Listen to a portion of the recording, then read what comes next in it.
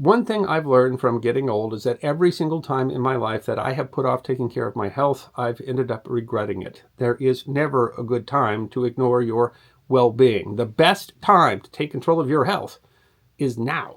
But you don't have to be old to care. Your health is important at every stage in life. When is it not important to have a relationship with a doctor who makes you feel seen and heard? And today's sponsor, ZocDoc, can help you with that.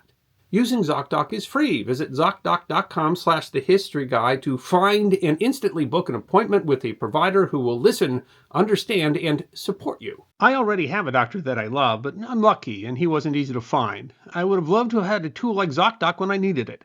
ZocDoc does everything that you would want from this sort of service. You can see real comments from real patients, see if the location fits your needs, find out where a doctor went to school, whether they're in network, when their next appointments are available, whether they take video appointments, even how long the average wait time at their office is.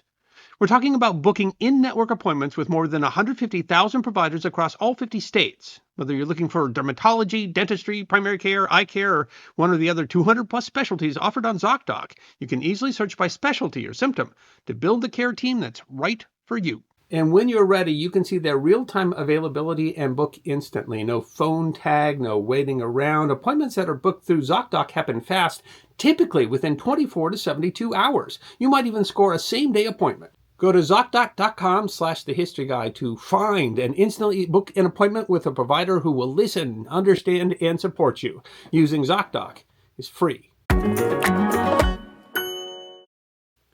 Sugar is one of the most consumed ingredients on the planet, driven by that insatiable sweet tooth for people the world over. According to the United States Department of Agriculture, the world produced some 180 million tons of sugar in 2024.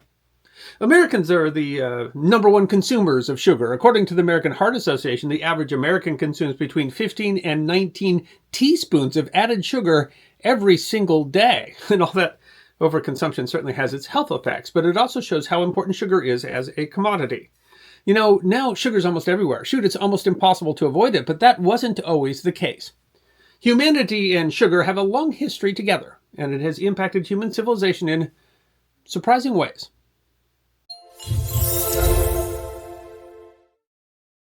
Sugar is a broad category of sweet-tasting carbohydrates, which occur naturally in many foods, like milk and fruit. Human production of sugar, however, primarily concerns a single kind of sugar, sucrose. Sucrose is a compound sugar called a disaccharide made up of bonded molecules of glucose and fructose. Production of sucrose comes from two plants, sugar cane and the sugar beet. Sugar cane was the original source and was domesticated from wild species, first probably by the Papuan people of New Guinea around 6,000 years ago. Humans have long chewed on stalks of wild cane as a kind of sweet treat. Other versions were domesticated in China and India, and the cultivation of sugar cane spread throughout Asia and the Pacific, though a 1993 study in archaeology in Oceania suggests it was likely primarily used as a food for pigs initially. Though the cane is sweet, getting crystalline sugar out of it requires considerable work. Crushing the cane produces a sweet juice, but it quickly ferments. To get crystalline sugar, it has to be first boiled down into a kind of sticky mass. In the book The World of Sugar, author Ube Bosma says that somewhere in northern India, peasants must have begun to do this thousands of years ago. Boiling the sugar creates a crude brown sugar called gur, which was used as a kind of energy bar. The creation of granulated sugar likely dates from before 300 BC, when the Sanskrit word sakra, meaning gritty particles, appears. Once the sugar has been boiled down, it is left to crystallize. After crystallization, the molasses would be forced out and the sugar rinsed. Creating white sugar was very labor-intensive, taking weeks, and so it remained a luxury, first among royalty in India, China, Persia, and Egypt, and later to European leaders. The European sweet tooth came from sugar cane grown in the Middle East and Africa, especially Egypt, and was first brought to Europe in large quantities thanks to the Crusades. It was rare in the Middle Ages in Europe. In 1226, English King Henry III asked for 3 pounds of sugar from Alexandria, if so much could be got. 100 years later, Ibn Battuta, a Muslim traveler, described abundant sugarcane, equal, nay superior in quality to that of Egypt, growing in China. In the 14th century, the Black Death and Timur's invasions devastated Middle Eastern sugar production, and for a time Europe was cut off from the Asian sugar trade.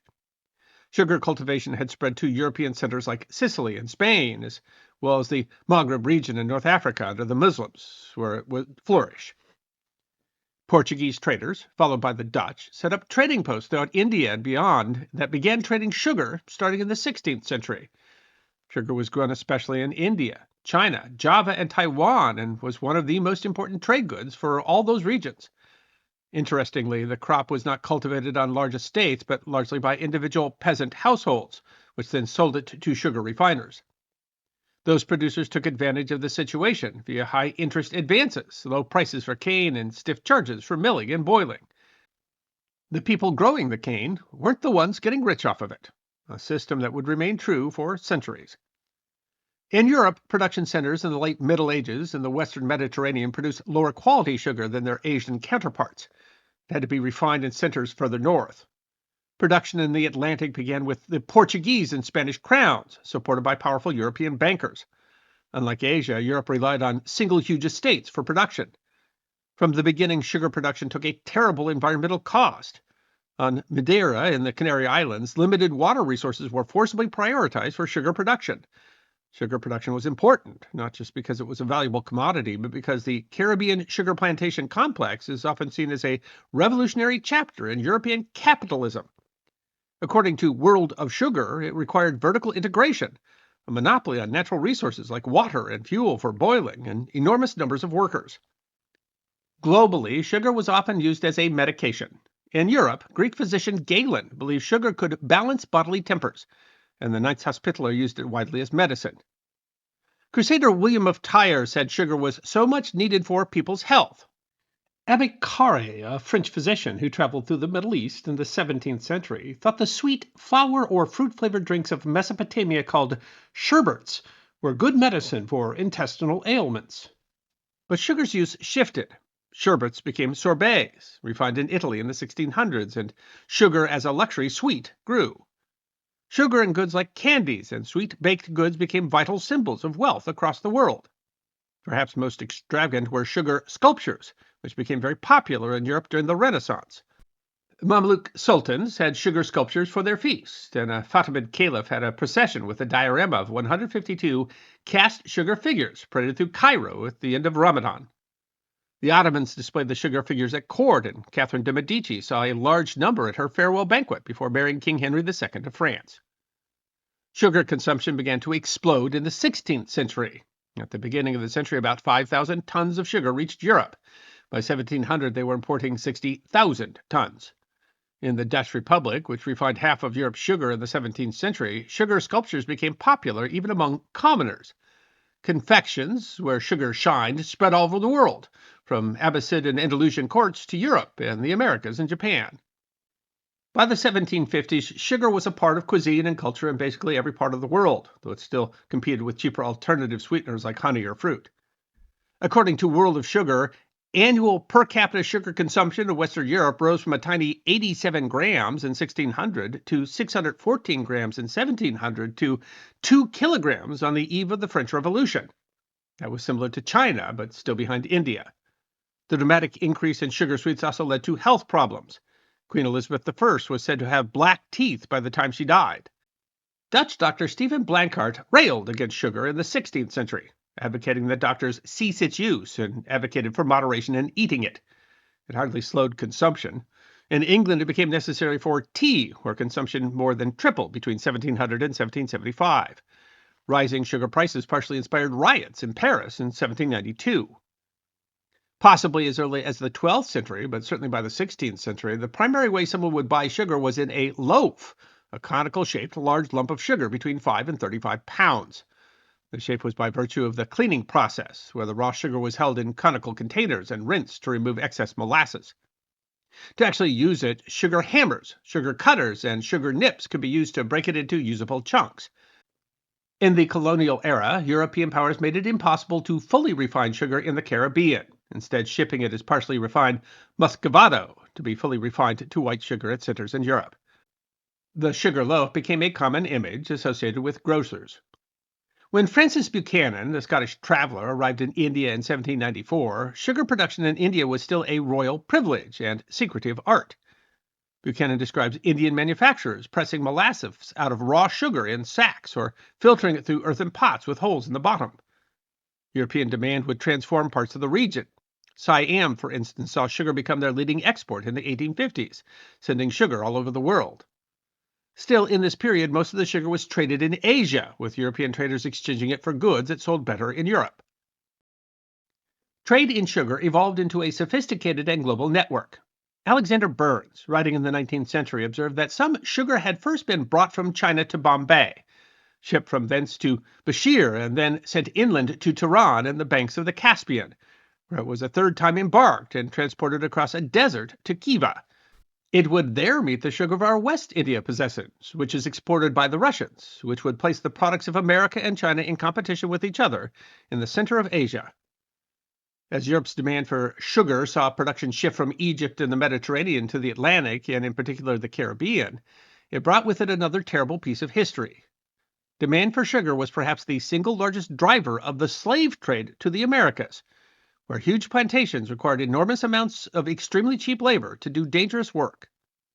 Noel Durr, a sugar historian, estimated that at least half and perhaps as much as two-thirds of the enslaved people sent to British holdings in the Caribbean were sent to sugar plantations. Before 1500, Columbus had planted sugarcane on Hispaniola, where he claimed it grew thicker than in Europe. Sugarcane boomed along the coast of Brazil, where production reached new heights. Brazil's insatiable need for labor to produce tens of thousands of tons of sugar would lead to 1 million enslaved Africans brought to the country in the 17th century. By 1850, an estimated 87% of all exports from the Caribbean were of sugar or sugar-derived products like rum. It was so vital that it played a major role in the colonial wars between European powers. Sugar alone probably made up 3% of British GDP in 1794 and 95. Barbados transformed into a sugar island, and the demand quickly deforested the island and transformed it into a single commodity economy supported by enslaved Africans. Similar trajectories followed on other islands, and deforestation was rampant. Enormous effort was put into dealing with soil degradation and other issues to keep up sugar production. Sugar production was expensive and labor-intensive. So to keep up with Asian production, the Caribbean demanded slave labor and even then cut costs at every opportunity. Slaves therefore received little care on most sugar plantations. They were often expected to grow their own food and were chronically malnourished. A 1737 report to the British Parliament claimed that poor nutrition and feeding was the main driver behind diminishing profits. Mortality on these plantations was appalling. According to Richard Ligon, a contemporary Englishman, 40% of imported slaves died in the first year. Some even jumped into the boiling sugar pots rather than suffer the conditions. Annual mortality rates in sugar plantations were between 4 to 6%, far higher than tobacco and cotton plantations. Babies died of malnutrition. Tetanus from manure killed workers, and the work was perilous. Possibly the most dangerous part was the Jamaican train system, where the sugar was boiled in a series of smaller pots, with workers scraping off impurities and manually pouring the boiling syrup from pot to pot. The Industrial Revolution would change sugar production as well. Steam power increased productivity. The first steam mill to crush cane was tested in Jamaica in 1767. Perhaps more important in the decline of the slave-driven sugarcane industry was the discovery of a process to boil sugar beets under vacuum to produce sugar, providing a new source. The Enlightenment played its part too. Botanists discovered bourbon sugarcane in Tahiti, which had a 15 to 20% better yield. In France, beet sugar grew to account for half of all sugar consumption in France by the 1850s. Sugar production, according to the World of Sugar, grew tenfold over the 19th century. Technological innovation came in the form of the vacuum pan, first invented by Edward Charles Howard, brother of the Duke of Norfolk, in 1813. His pan used vacuum evaporation, which uses pressure to dramatically lower the heat necessary for evaporation. He also produced an efficient multiple system of filter units, which quickly revolutionized the industry and made Howard rich, although he died in 1816 of a hemorrhage. He was described in 1951 as the first chemical engineer of any eminence. French sugar beet producers refined and put the invention to good use. His work was continued by Norbert Rillieux, called the most brilliant sugar engineer of the 19th century by the World of Sugar. In contrast to Howard's aristocratic family, Rillieux was the son of a plantation owner, and his Plessis, a French system which allowed white Frenchmen to enter a kind of civil union with people of color. Norbert was a free man of color and was afforded more opportunity than many people of mixed race in cosmopolitan New Orleans. He studied engineering in Paris and became an expert on steam engines, a basis for his later work. Riel worked with his family in New Orleans to develop his multiple effect evaporation system using vacuum pans. The system was a major improvement. It needed less heat as it used steam, preventing the loss of sugar spilling between pots and eliminating the risk of burns and pouring the stuff. He patented the invention in 1843, and by 1849 it was being produced in three-size systems by a firm in Philadelphia. Riel would leave for France before the Civil War, disappointed in how his home country treated him as a person of color. Steam power and industrialization changed the crushers and centralized processing. Next to revolutionize the process was the centrifuge, displayed at an exhibition in Paris in 1839 for drying textile goods, which replaced ancient methods of separating the liquid molasses from crystallized sugar. Trains made it possible to bring in cane from large areas for central processing. Slavery, however, remained rampant in the sugarcane fields of the Caribbean until the 1830s, after England abolished slavery in 1834. Even then, it lasted for decades in other sugar-producing locations like Louisiana, Cuba, and Brazil.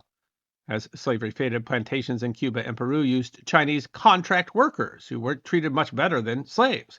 A quarter died on cramped ships from Asia, and half died before completing their contracts. Peasant cane growers in Java were not much better off. In the late 19th century, the often slow dissolution of the slave economy led many nations in the Americas to turn to encouraging European immigration, especially the type that were willing to do the back-breaking labor needed for producing sugar. Always, these workers suffered under harsh overseers, poor pay, and difficult labor. In the 1920s, those poor people working in sugarcane fields made up 2% of the world's population. Sugar production increased quickly thanks to these changes, and in 1884 there was a sugar crisis, where prices suddenly fell precipitously thanks to overproduction. Prices dropped by another half in the next 15 years. This created large conglomerates as smaller producers failed, creating the Sugar Trust in the U.S. and cartels of producers around the world. Sugar made people rich and powerful. In Peru, 2 sugar barons were elected president in the early 20th century. In the middle 19th century, the Bourbon or Tahiti sugarcane was impacted by red rot, leading to large-scale destruction, which led to its replacement by other canes like Black Chiribon and Cristallina. And in the late 19th and early 20th centuries, breeding hybrids became a means of battling disease. An experimental station in Java became famous for hybridizing wild canes with cultivated varieties in the 1900s, creating the Wonder cane, POJ 2878, in 1921. Which is both high-producing and resistant to disease. American imperialism was just as driven by sugar. The Philippines, Puerto Rico, Hawaii, and Cuba were high sugar production locales, and U.S. intervention and occupation of Haiti and the Dominican Republic was in part driven by sugar interests. The U.S. consumed large amounts of sugar, but produced comparatively little. In 1944, Eric Williams, Capitalism and Slavery, coined the term American Sugar Kingdom, underlining the intertwining of sugar interest and consumption with U.S. imperialist policy. Before Hawaii was annexed at the end of the 19th century, publisher and farming advocate Herbert Myrick published a map of the Pacific with the text, "Shall the American farmer be sacrificed to the Hawaiian sugar monopoly and the New York Trust?" In the 20th century, sugar production remained unstable as countries went to considerable effort to protect internal industry and attack that of other countries. Issues of labor, trade access, and competition between wealthier and poorer producers led to multiple price collapses, which devastated economies in Southeast Asia and the Americas. Sugar production continues to have significant issues, from exploitative labor to environmental destruction. New and old sweeteners have also grown in usage, from fruit sugars to artificial sweeteners like saccharin and aspartame. Especially in the U.S., where sugar prices are high fructose corn syrup has become a popular replacement, especially in soft drinks. Historically, the demand for sugar has led to exploitation, both of poor peasants and even enslaved people, as well as deforestation, millions of acres in Brazil, the Caribbean, and Asia. And the problems continue today. It's a difficult problem to solve because demand is so high. According to the U.S. Department of Agriculture, production of sugar in the world is probably going to increase about 4.5% this year, reaching near record levels. That sweet tooth has also led to significant impacts on human health. Sugar is considered, of course, to be one of the primary drivers of obesity in the modern world. What started out as a sweet grass that we fed to pigs has essentially become one of the world's most traded commodities. And I think we can safely say that no matter what the future brings, it's going to include its spoonful of sugar. I hope you enjoyed watching this episode of The History Guy, and if you did, please feel free to like and subscribe and share The History Guy with your friends. And if you also believe that history deserves to be remembered, then you can support The History Guy as a member on YouTube, a supporter on our community at Locals, or as a patron on Patreon. You can also check out our great merchandise shop or book a special message from The History Guy on Cameo.